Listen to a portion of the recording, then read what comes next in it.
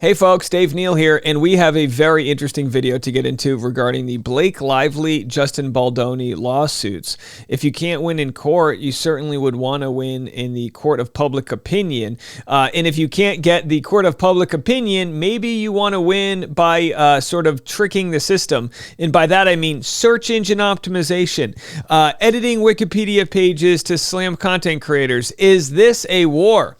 Someone posted this once. Blake Lively got the ex-CIA crisis PR manager. They said, "They are getting ready for war. I feel so worried for Justin." Now, I don't think Justin is going to be attacked any more than he already has. I think any ammunition they had, they already used on him. But you will notice the credibility of people covering Justin Baldoni to be brought into question. Now, Kirsty here, our good pal Kjersta, has already had her credibility brought into question on multiple court documents where they were saying, well, she had this opinion about Johnny Depp a few years ago, and the same PR people that worked with Johnny Depp are now working with Justin Baldoni, and they use sort of confirmation bias to make these arguments. And the truth is, there's only a handful of top-notch PR people that exist out there, and then there's a whole bunch of content creators that cover the same topics. They're bound to intertwine. Now, I personally believe in my heart of hearts that Kjersta had nothing to do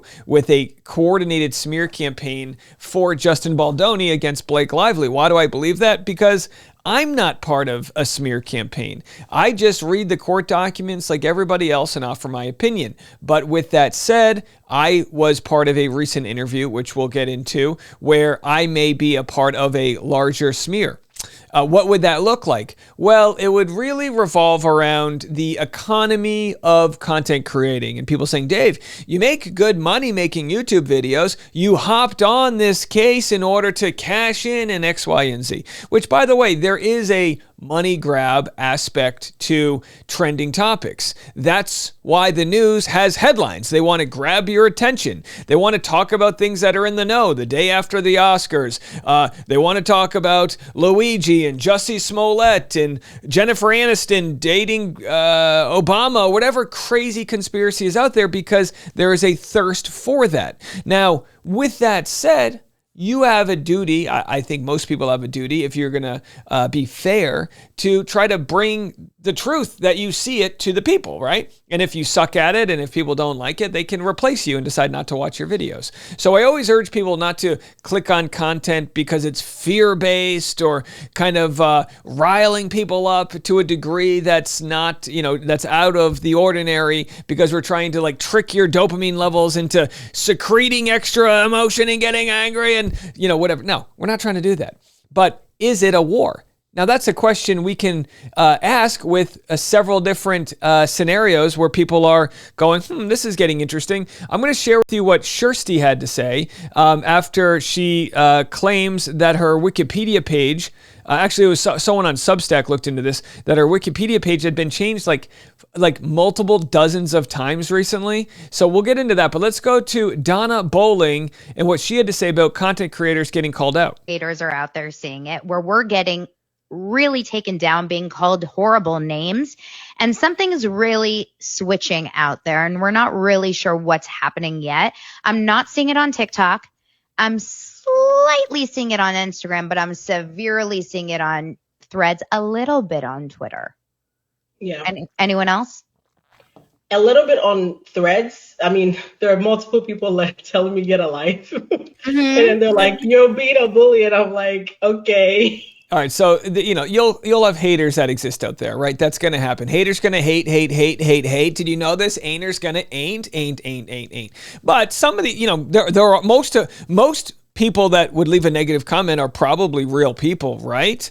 They can't just be bots. But, there can be a little foot on the scale of what side people are leaning towards. So much so that the It Ends With Lawsuits subreddit decided not to post upvotes or downvotes for a specific amount of time when releasing new content, so as not to change anybody's opinions about it, which I thought was excellent. The way Reddit works, which is very interesting, is there's an upvote and a downvote. So if I wanted to create 10 accounts, and of course I would have to do that with different IP addresses and maybe some VPNs because, they know if you're coming from the same home. If I wanted to create 10 accounts and post Dave Neal's the greatest, isn't he? And then I immediately hit and give it 10 upvotes. If someone sees a whole bunch of people agreeing with that, they might be more likely to agree. It can sway their opinion. So opinions, while we all think we've got, a lot of independent thoughts out there, they can be manipulated in the mass sense.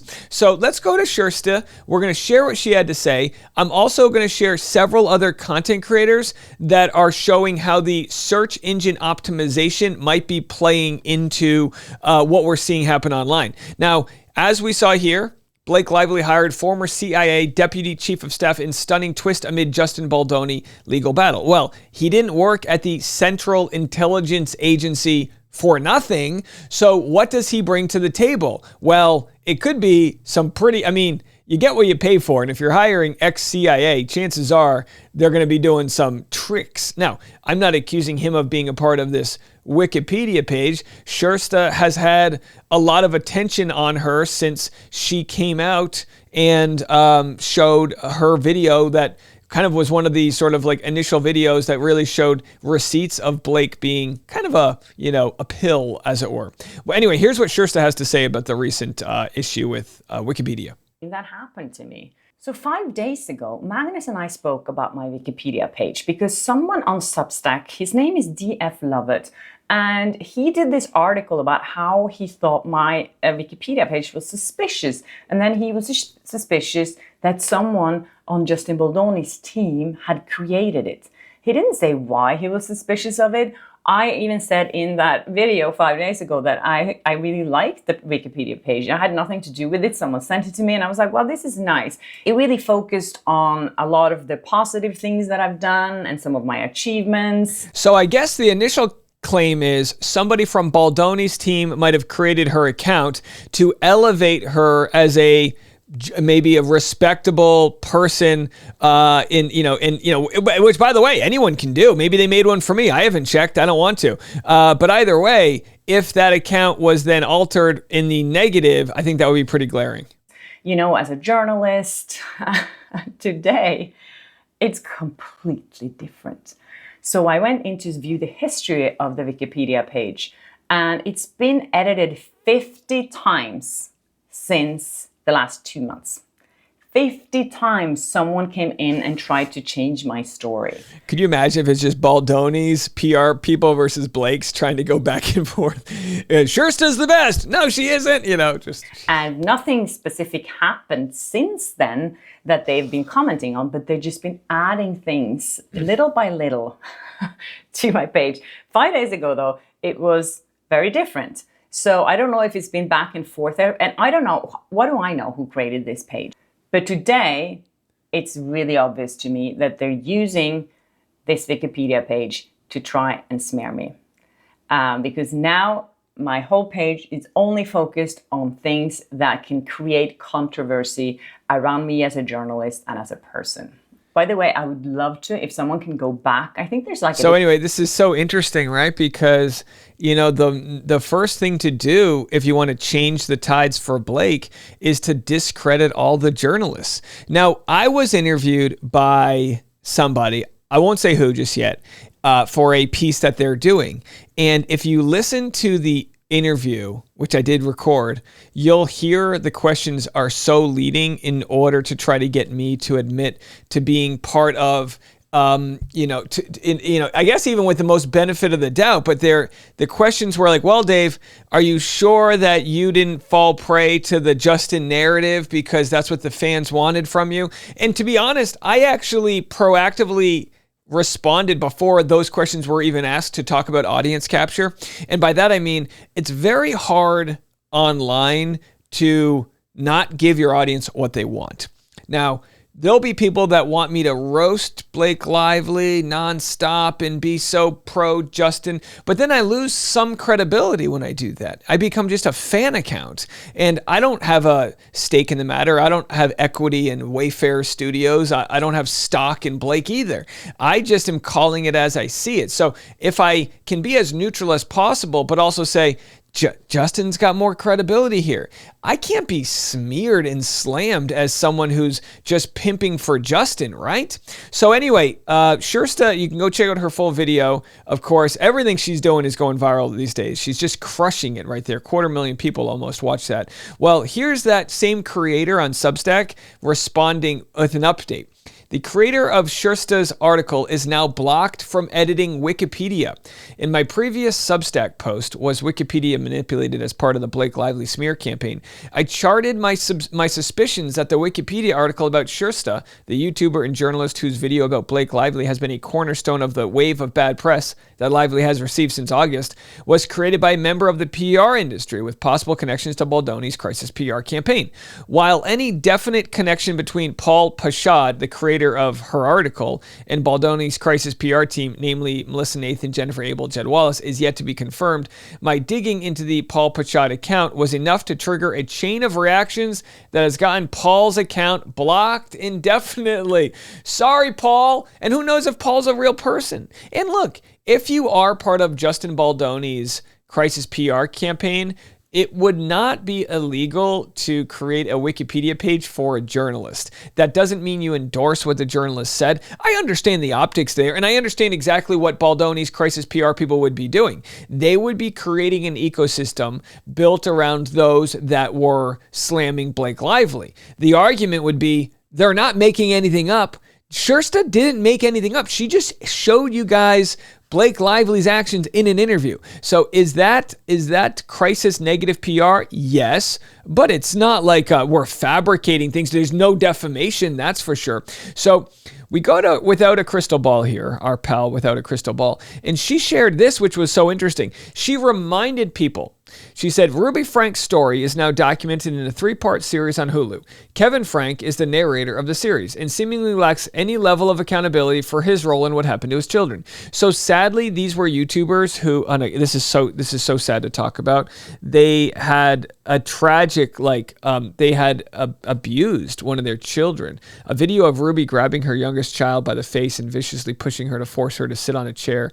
Ruby did this because the girl refused to comply while filming. And they had all these stories back and forth. It's such a tragedy. And yet, look at this article that was written about the YouTubers that were covering this. By the way, YouTubers that are replacing small town newspapers and small town journalists. Like, small town newspapers are gone. So the only sort of accountability that exists out there for fraud, crime, grifting, scams is YouTubers and other content creators. So this article came out. And aged very poorly. These YouTuber parents are speaking out after drama channels and TikTokers accuse them of being abusive to their children and had Child Protective Services visit their home. Reminder to all creators. Business Insider shamed content creators for falsely accusing Ruby Frank of harming her children. She's in prison now. This story is just so sad. If you saw some of the footage that existed of like these poor innocent kids that were caught up in a real brutal situation. So again, there are plenty of times when content creators get it wrong. I understand there isn't like a robust vetting process for people online just smearing others or looking into conspiracies that may not exist, dead ends. But sometimes, and probably most of the time, when the collective gets onto something, they can get it right. Now, again, like I can't speak in, all the times. There was times when they were hunting the Boston bomber and they would just randomly, like vigilante justice was randomly finding people and like, that's terrible, right? But when the receipts are there, you're doing the work and showing the math for the public to see. Here's Ashley Brianna Eve. I'm going to share several clips of her videos discussing the search engine optimization, SEO, that might be going into Blake Lively and how she's trying to possibly smudge all of the negative articles about her online. Now, we had Michelle Trachtenberg died last week. I didn't make a video about it with regard to Blake Lively. I shared Blake's statement, but I didn't make like a sinister video, and I don't blame anyone that did. Donna Bowling did, and she said, look, Blake Lively talks about remembering her co-star Michelle Trachtenberg, but Michelle Trachtenberg's mutual friends said that they didn't even get along. So why would Blake have done that in a cultural moment where all these articles were being written about Michelle Trachtenberg? The sinister reason would be to get press that's not this negative press. So I know the game. I can spot the game. And if you go to Google today, if you just type in Blake Lively, it's every single news publication and website has almost the exact same headline. SEO manipulation is done as a PR tactic to flood a search engine such as Google with positive headlines and push down any negative. Taylor Swift is very famous for using this PR tactic as well. If you Google Blake Lively today, it is very difficult to find trending articles around It Ends With Us, the lawsuit, any of it. Any negative press is off the main pages. And interestingly enough, to give a shout out to Daily Dose of Donna Bowling, who I absolutely adore, she heard from a friend of Michelle's who said that they were in fact not friends. And Michelle did not actually like Blake because she always held up the set being late. Now, chances are maybe, they were work friends or whatever. But look, if we go today to Blake Lively, and again, everyone's different. So my Google search history shows photos of my own, YouTube videos, Blake Slams Magazine. So who knows? Like, there'll be articles out there, but Simple Favors, Paul Feig shares update on Blake amid legal battle. So there's a lot that is in my homepage regarding this case. But, it doesn't mean the SEO isn't working. It just might take time. And there's nothing illegal about doing that, about trying to get your articles above somebody else's. The best way for anyone out there to combat SEO is to subscribe to my channel. I mean, that's the best way, right? So let's go to Ashley's page, part 2. Blake Lively manipulated the media. Here, have a listen. Blake Lively did blatant SEO manipulation to begin shifting the narrative and the #1 search results in regards to her name on search engines like Google. One way you can see SEO manipulation is every publication online all of a sudden has very similar headlines. And if you went online this morning, you noticed that nothing in regards to Blake's name, if you just typed in Blake Lively, came up in regards to It Ends With Us, Justin Baldoni, Dragons, Khaleesi, any of it. Blake and Taylor together, none of it came up. It was strictly articles being pushed that say things such as Blake Lively honored Michelle Trachtenberg with a heartfelt tribute. Blake Lively honors Gossip Girl co-star Michelle Trachtenberg after her death. And again, these are after Michelle Trachtenberg's death, because this is from several days ago. And, I feel like in order to manipulate the search engine optimization, it's a continuous effort. It would be very expensive to do, and especially as this story is going to play out for a long time. Alice in Wonderland posted this in the comment section, which is why she had that footnote about Justin Baldoni's mistresses. She wanted that attached to his name. Well, yeah, it is so obvious. It is so obvious some of the games being played here.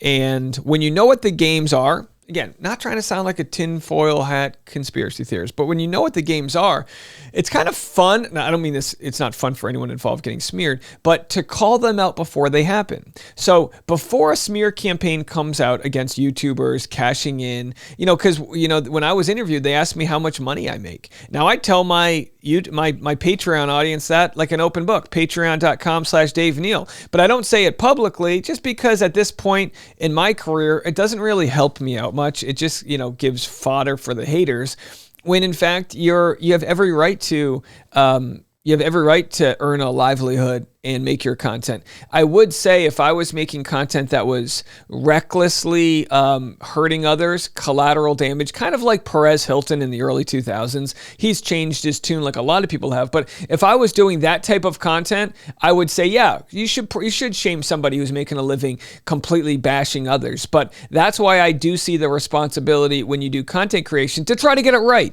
And that doesn't mean like I can't make content that's negative in someone's direction. It's like, if it's going to be negative, get it right. Have the receipts, back up the opinion, and say, hey, it is what it is. So either way, this is the war that's going to be played. We are here in the trenches. We are buckled down, and we won't be pushed around for 1 second. And I would encourage anyone who's considering diving into this war with content creators, you will not win. You will only create more attention towards possible fraud, emotional manipulation that exists out there. And this is not the 1990s where you can get away with that. You will be exposed, and the internet will find receipts, and you will get dunked on. That's just how it works. The internet doesn't. It is relentless. They got time on their hands. All right. So thank you guys all so much for watching this video. We'll have more content coming your way.